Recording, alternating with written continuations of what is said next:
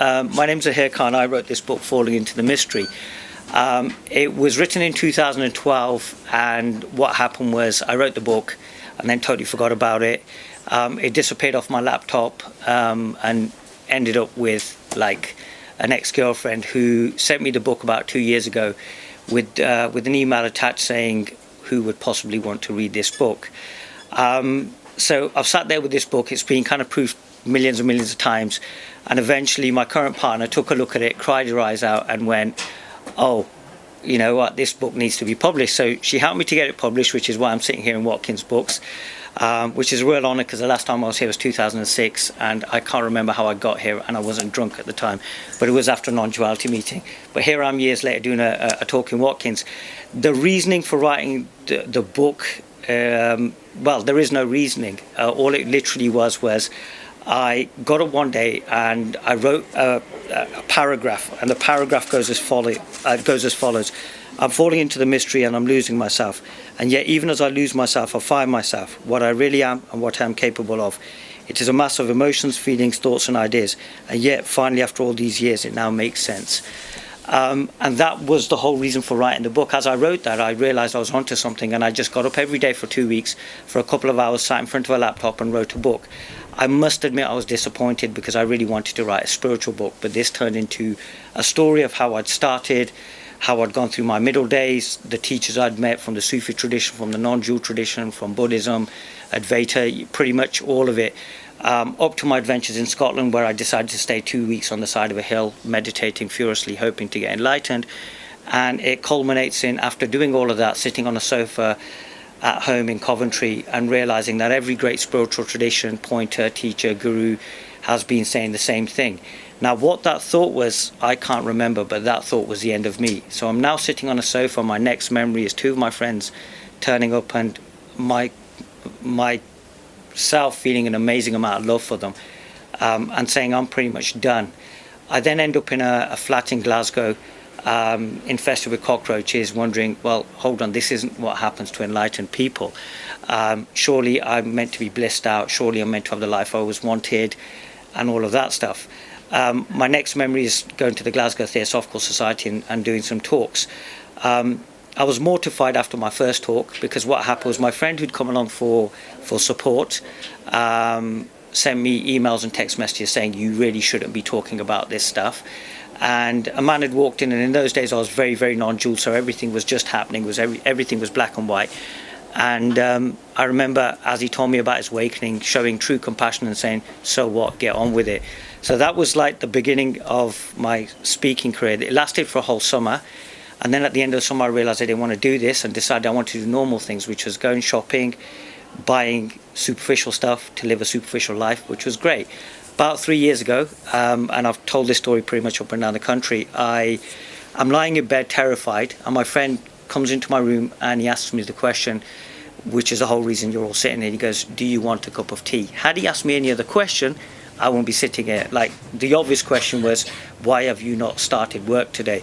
So I've gone back to the Theosophical Society and I started speaking again. Now, I come from a myriad of traditions. I spent 8 years with a bunch of Sufis from the Qadri order. I must admit I wasn't a very good Sufi. I wasn't very good, like following the instructions of the teacher, and spent most of my time being told off. After that, I looked into non-duality and all these other traditions, and there was a series of awakenings around a teacher called Tony Parsons. And then, yes, the idea of seeking ended. I suppose if there is a reasoning for this book coming into life is to kind of say that this can happen to ordinary people, because there seems to be a real mystique around this whole idea of enlightenment. And it's something that you dedicate years and years of your life to. You, preferably if you can, go to India, you take on a guru, you follow instructions to the T. The amount of floors and toilets I cleaned were incredible. And then if grace decides, grace is going to make you enlightened as long as you're good enough, you're compassionate enough, you're loving enough, and you do what your teacher says. I didn't really do any of that. I wasn't a good student. I still to this day don't remember our shajra, which was like, in a sense, the tree where our lineage came from the school I was with. And as regards practices, I'll confess I didn't get up in the morning and do my zikr or do my rads, which is basically my spiritual prescriptions. But somehow something happened, and I think the reason it happened was because I got honest with myself. On one morning I got up and I realized that I didn't really want to be sitting there in service to the teacher and pretending like everybody else that all I wanted was to be of service. I actually wanted to know what this guy knew, otherwise why else would I be there? And that led to an honesty. I realized I also wanted to go free. That was over half of the journey then gone. All that was then left was to go and meet the guy I really didn't want to meet, which was myself. So I ended up having a conversation with myself, which is a conversation I really was hoping not to have. And it's one that I found that a lot of spiritual seekers are avoiding as well. They don't really want to talk to themselves, because if there is somebody who can call you out on your stories and on your lies and everything, it's actually you. We'll exhaust every single option. We'll go through every amount of pain that we can possibly go through.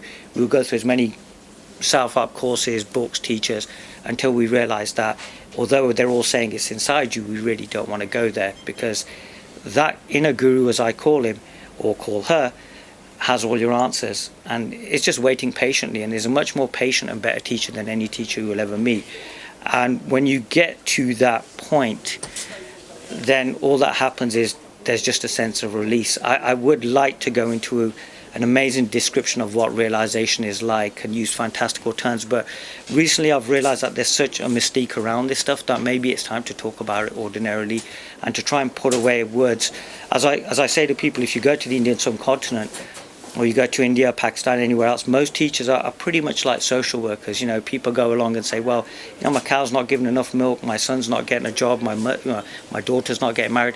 So they deal with day-to-day issues. And in the Sufi tradition, there is this whole idea of literally starting where you actually are. So starting in your neighborhood and trying to deal with day-to-day issues, because you will find that 99% of people coming to you don't really want to wake up, but maybe have another issue which can be resolved, which may then put them on the path to them going inwards and seeing what they're about.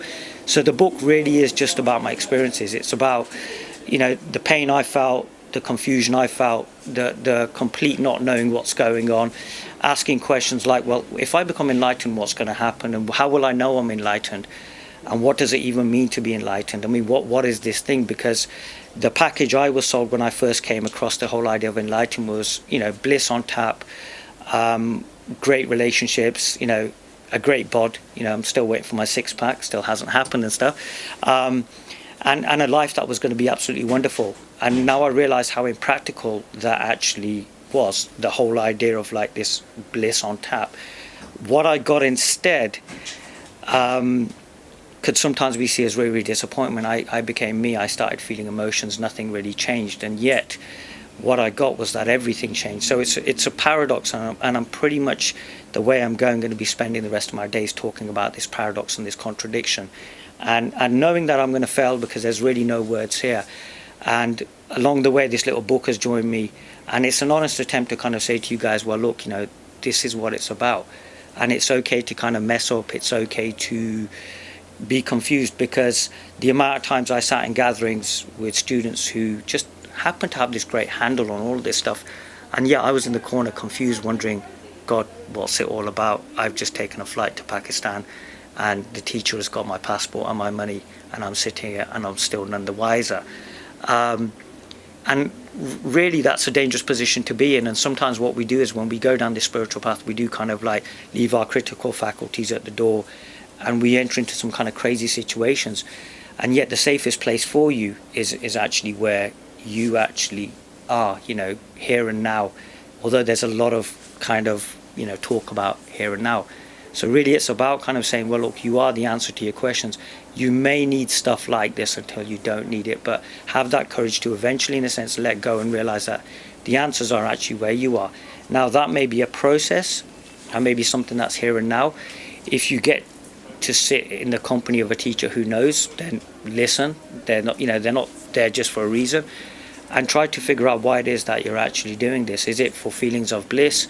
Is it for feelings of joy? Is it because there's something else? I remember talking to a guy once who seemed to know everything about Ramana Maharishi. I think this guy could have quoted the books backwards, and after talking for several hours, the actual problem was that he was lonely and just wanted to be in a relationship and wanted to be loved.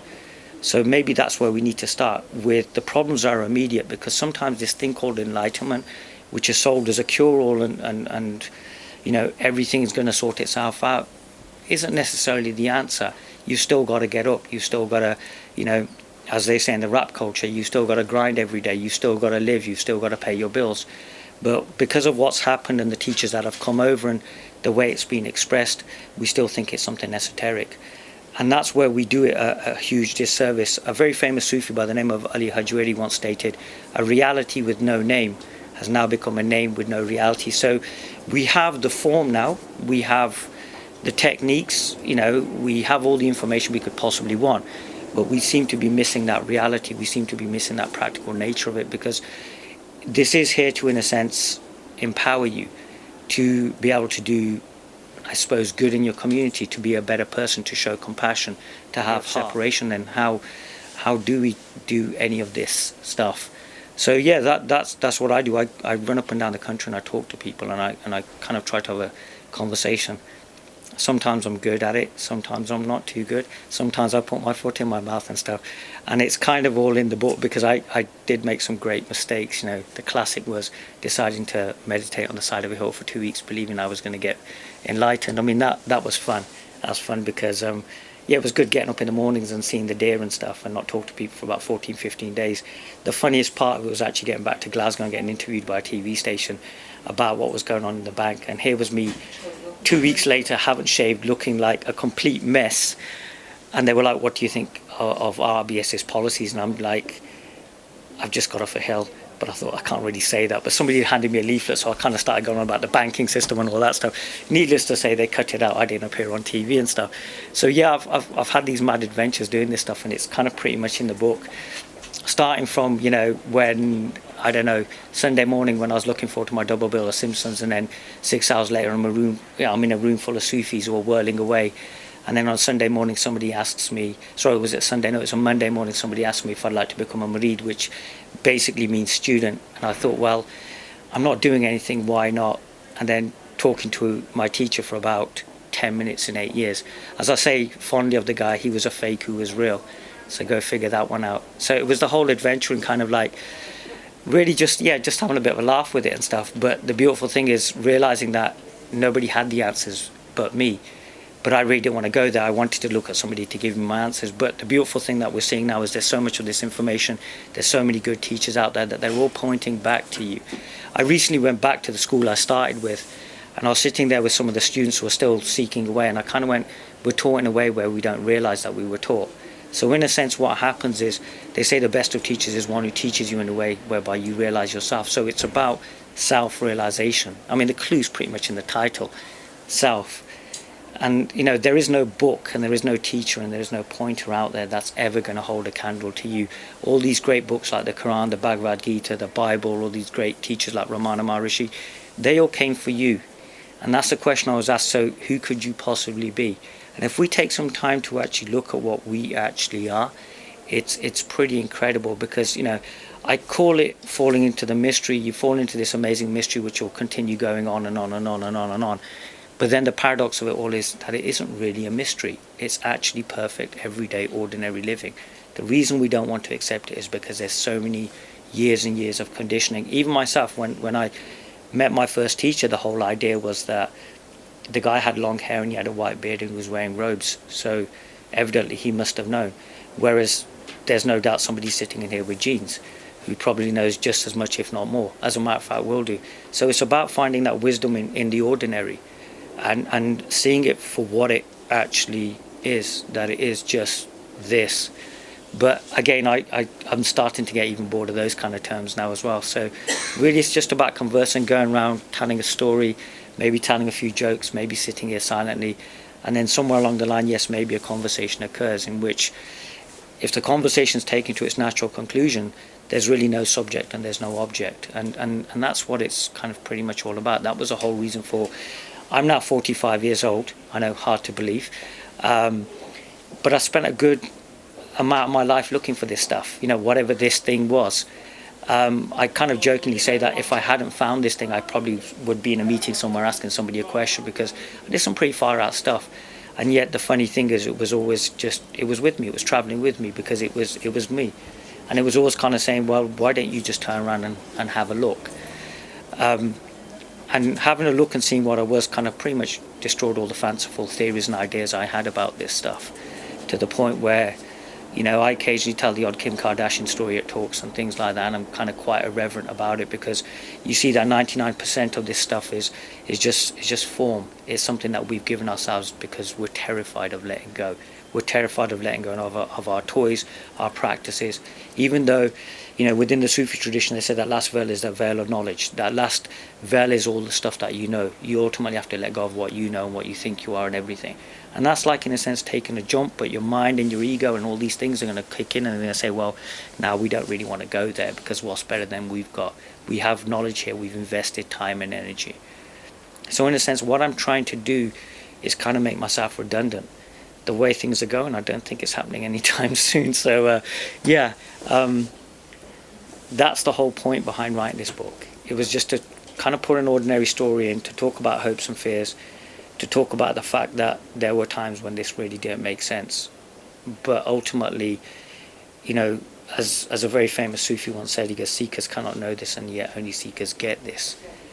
So seek, and you will find, even though there seems to be this whole thing about, if you seek it, you're not going to find it, it can become an obstruction, because this whole thing is so incredibly paradoxical. And yet it's the only thing we should really, in a sense, concern ourselves with. If we go back to the old traditions, people spent the first half of their lives looking for this stuff, making sense of it, if at all they lost it, and then going on to do some amazing things. We seem to have it kind of flipped here. We do everything we need to do. We get the careers, we get the jobs, we get the houses, and then we get to the end of it all and we go, oh, I'm not happy. Some are fortunate enough to kind of question what's kind of going on, because the spiritual tradition, once it's taken to its natural conclusion, will disappear. Places like this will just dissipate out and go into the community. And a real life example of that is I went to a place called Multan, which is known as the city of Sufis, and for a whole month I couldn't talk about this stuff.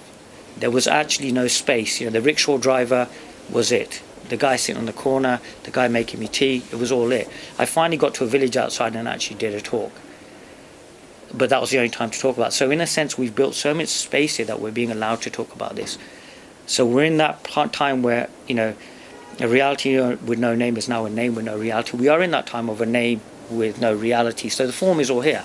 There is pockets and there is this reality here. It's still here.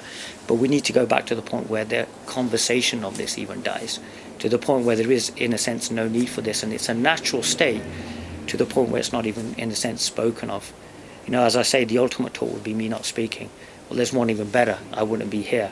There'd be one even better than that. There wouldn't even be a talk, because we would just be living in our natural way of being.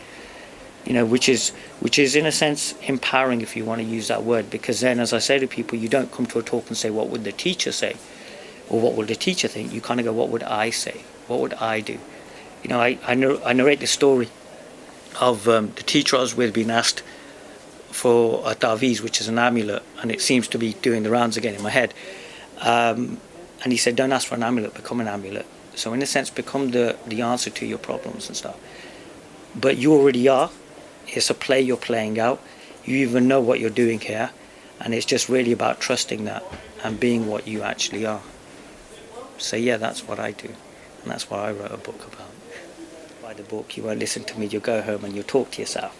Because ultimately, I light fires, and the fire I'm trying to light is under you. And if you don't want the fire under you, then I play the role of a mirror.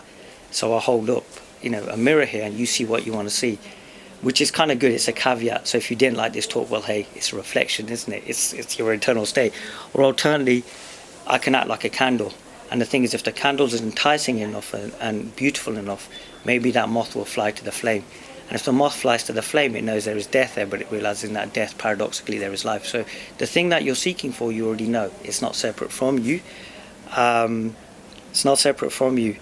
And the funny thing is, although your mind and all these reasons that you've put in place that something's missing are there, you yourself know that ultimately when you want to put them down, you'll put them down. So you'll let go when you need to let go. You'll hold on when you need to hold on. So,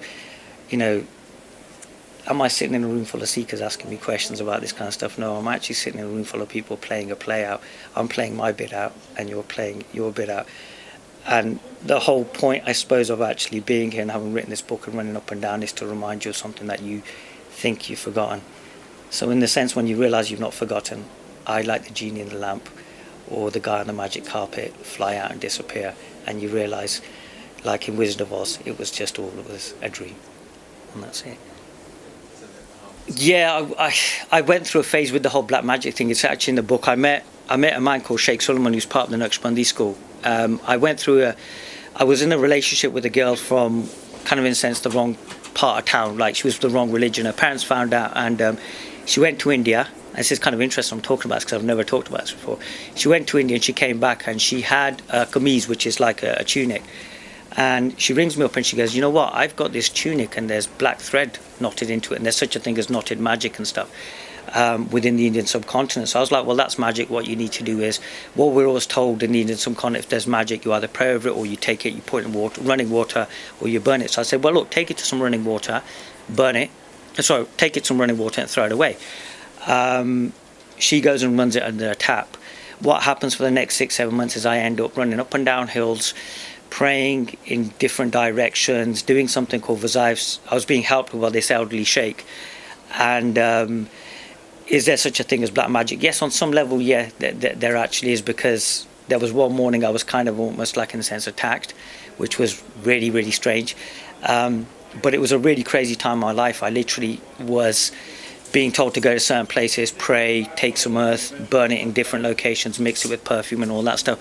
The teacher who I was with, and at that time I was seeking and stuff, never kind of fully made me aware of what the method was, because I then found out that there were other teachers using similar methods, but it was a case of, I'm elderly, I can't do it for you, so I want you to do it for you. So yes, it does exist. The Indian subcontinent is pretty kind of crazy for it and stuff. I mean, you know, ever since I've been out there, I've kind of come across people. My father passed away, which was one of the reasons for this, actually, all this seeking starting.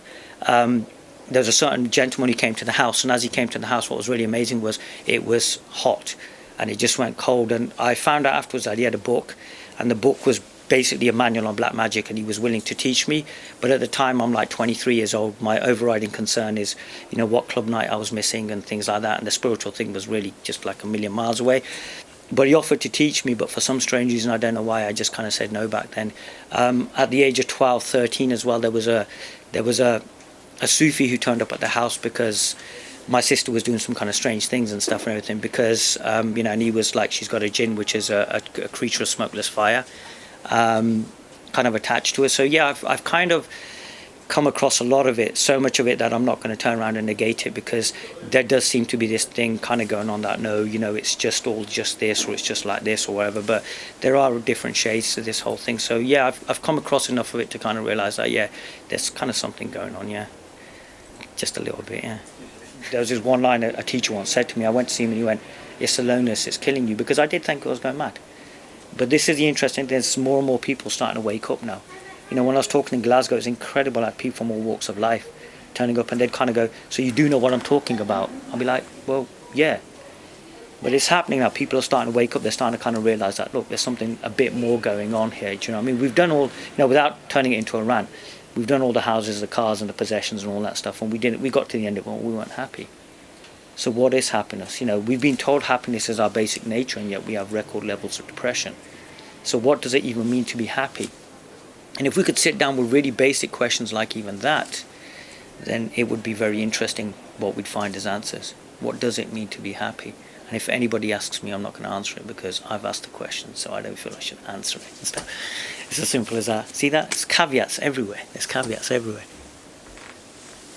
It's about finding yourself, seeing yourself, look in the mirror, see what you see. And then the beautiful thing is you'll constantly start seeing. There's that book, is it The Picture of Dorian Gray by Oscar Wilde and stuff, and there's this whole thing about, there's this painting. Well, this is about kind of looking to that mirror, seeing that paint, but seeing every nuance of you, and seeing seeing more and more and more. As I say, this is that gift that keeps on giving. You know, we can run out, but this thing will never run out. So by being in that moment and being in there in that level of intensity, there's constant seeing, and this is a practical reality. Then it's something practical, something natural. It's not being done. It doesn't need to be practiced. It doesn't need to be kind of put time. You're constantly in this wakeful, meditative state, if you want to get. Funny thing is, I get a lot of corporate types who come to see me, and it's really interesting. I find that by engaging them and actually conversing with them, what you'll find is you get to the heart of the matter. I mean, I've got a certain gentleman who comes and speaks to me regularly, and he was quite high up in the investment bank, and it's kind of quite interesting because a lot of them are aware of what you're saying. They know what they're doing is wrong. But the thing is, because they're not being offered any solutions, and it's all about grab the money while you can, and then I've got my money, and then we have this whole idea of delayed gratification, that there's like, I'll work for 40, 50 years and then I'll do what I want to. It's about presenting people like this with options. This is why making it practical, engage these people. You need to know about this kind of stuff. You know, you need to know what's going on in the world, and I'm not talking just about kind of holding some banners up and stuff. Possibly one of the best ways of affecting change is to know yourself, because I get into interesting situations on a daily basis. Like, I'll meet people and it's incredible. I'll be talking to them and then I'll find out they work in an investment bank, or they work in the UN, or they work somewhere here or there. But by trusting what you are, what you'll find is you'll just get into the situation to be able to affect change by talking to the people that really matter. But you can't really bring company. You're the one that I don't even look into their corporate issues. What I do is look. I'm interested in one thing: waking people up. Because the way I see it is, if people wake up, we're looking at a better world now. And the thing is, if a guy in front of me is from an investment bank, I'm not really going to go into his issues. I'm going to be looking about the core issue. This whole idea of separation that's created this idea in you, that you want to go out and make loads of money and sod everybody else. It's all about me. Does someone like me protect me from people like that? By finding out who you are. By finding out, as simplistic as that sounds, by finding out who you are, ending the seeking in you, and becoming a light onto yourself and onto others as well. That's how you can practically change. I used to, when I was at university, I was actually very, very kind of quite political, and I joined all the societies and what have you. And I went on marches and demos and things like that. I don't think I made really any. I didn't even throw a pebble in the pond and change anything. But by knowing myself, what I found is by trusting myself, I will always get in front of the right people at the right place at the right time. But it comes down to you. Because I don't see anything different between, if an investment banker comes to the room, I've got two reactions I can take. I can say, look, I don't like you, you're part of big corporate, you're part of big pharma, you're part of this or that. Or I can show that there's no real apparent separation, and I can affect change that person. I can make that person change what they're doing by literally engaging. Yeah. Don't underestimate yourself. Never underestimate yourself. Of course you can. Like you said, if it's a guy down the pub, I can affect change. But if it's a corporation, I can't. I believe you can. And again, it comes down to, back to yourself. If it leads to their financial loss, then that's all they're interested in protecting. Which is why this stuff is becoming more important. Because if we look at it this way, there was something I read recently. If you look at India before even the British got there, hundreds of years, the people were abundant, there was no poverty, they weren't the beggars we see on the streets now. There wasn't this running after like money the way it was, and it was because society was run fairly and equitably. And most people in positions of power were people who were kind of, in a sense, what we would term deeply spiritual people. And we need to, in a sense, get back to that time. So we're going to, in a sense, govern from a place of equitability, to be fair. If you look at it this now, we're on the outskirts of society. I mean, I love to kind of throw the Donald Trump thing in, because it really did catch everybody unaware that this was actually going to happen, because people did get caught, like with their pants down, so to speak, thinking, oh no, because we're spiritual people and all of this stuff, somehow the world was going to be us. We have, in a sense, a responsibility to know what we are, and then to actually go out into our communities. So what I said at the beginning, start where you actually are. It's incredible what you'll find. It's incredible how you can affect change. Do I think it's just one person against a corporation? No, I think if that person knows what they are. There was Gandhi by himself who took down the British Empire. Yeah, I know that. And are you less than Gandhi? I don't think you are. I don't see people as limited. I don't see people as... The thing I've seen is that these limits that we supposedly think that we have aren't real. And they're constantly being shown. Then when I first started off talking, it was literally with an 18-year-old kid on a street corner in Glasgow. And I come from a working class family. People like me don't do things like this, and I don't like to hark on about it. But today I'm talking to, and I've got the ear of some pretty influential people. Why? Because I just trust whatever happens in the moment.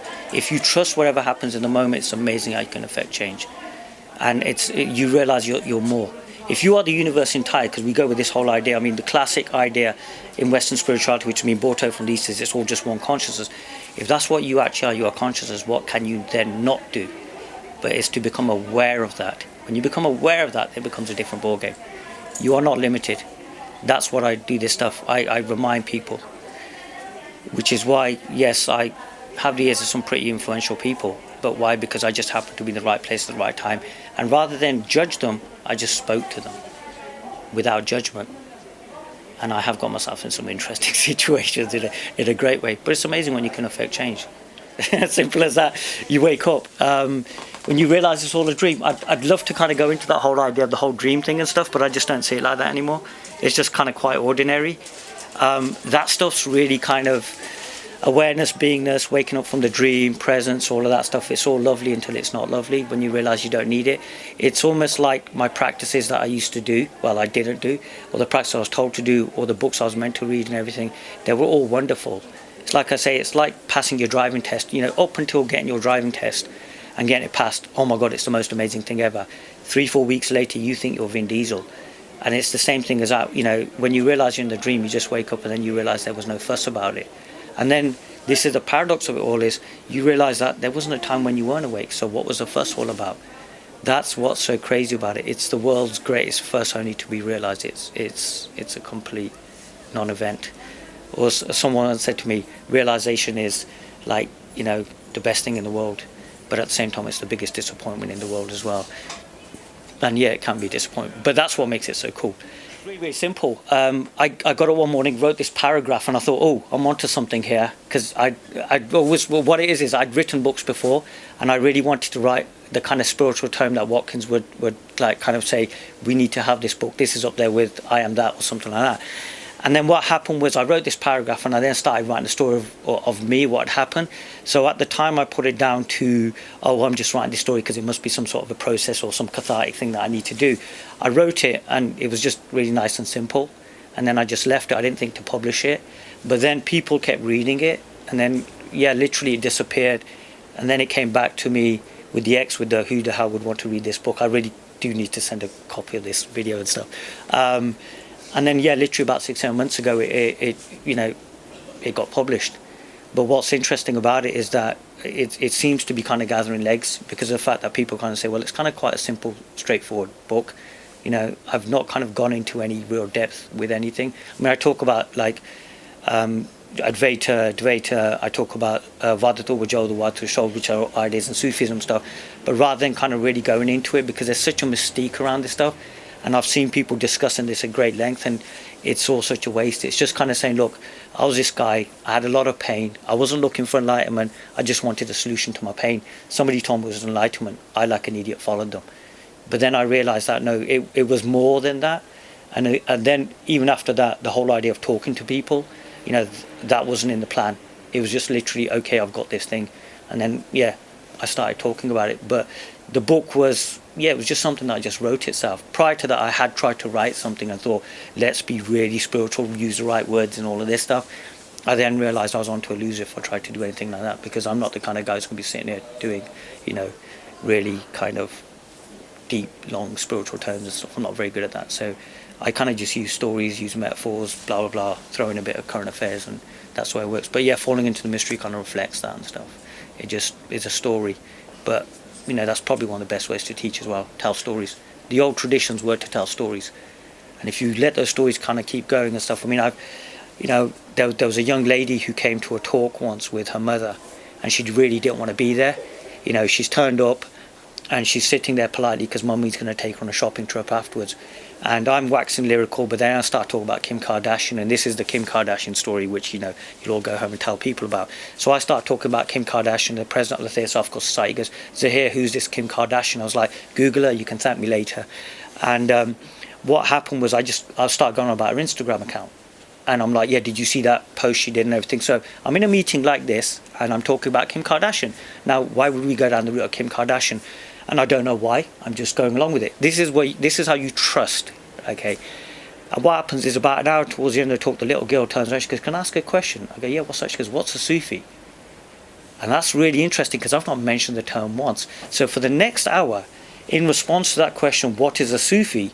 I've gone through the schools, the methods, chapter, verse, personalities, everything. And the Theosophical Society president is sitting there thinking, he's been sitting here for a whole year, why have we not asked him a basic question like that?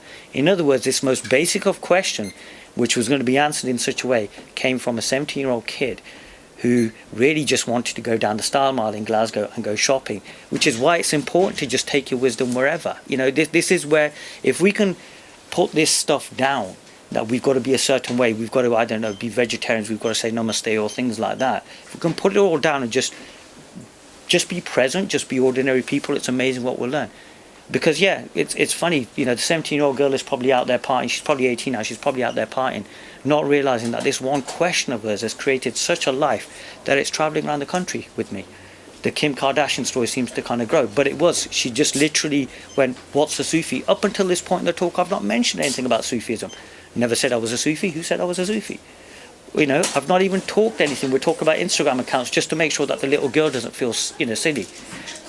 And then all of a sudden it's like, well, why didn't... So sometimes just that right situation. Somebody asked me about non-duality the other week, and they've been asking for a whole week, what's non-duality? And I'm like, forget about it. But then just in the right place at the right time, the definition came out. So really, if you're truly patient, the solution will always come out at the point it needs to come out, just there. But that's what it is. So now I don't really do much. I just wait for moments. You know, there was a guy who turned up at a talk once, and we've been to and fro for absolute months, and I just literally, as he walked in, went, just remember one thing, I'm patient. Because there's always a moment. There's always a moment. So sometimes it's just about sitting there. I think, I'm sure you guys have heard of Muji. He did this video once. I don't really watch much of his stuff, but he turned and goes, we just sit here and we just wait. That's all it is, waiting. It's just a waiting game. We just wait. And then if anyone wants to talk to us, they want to talk to us. And that's it. Simple, really.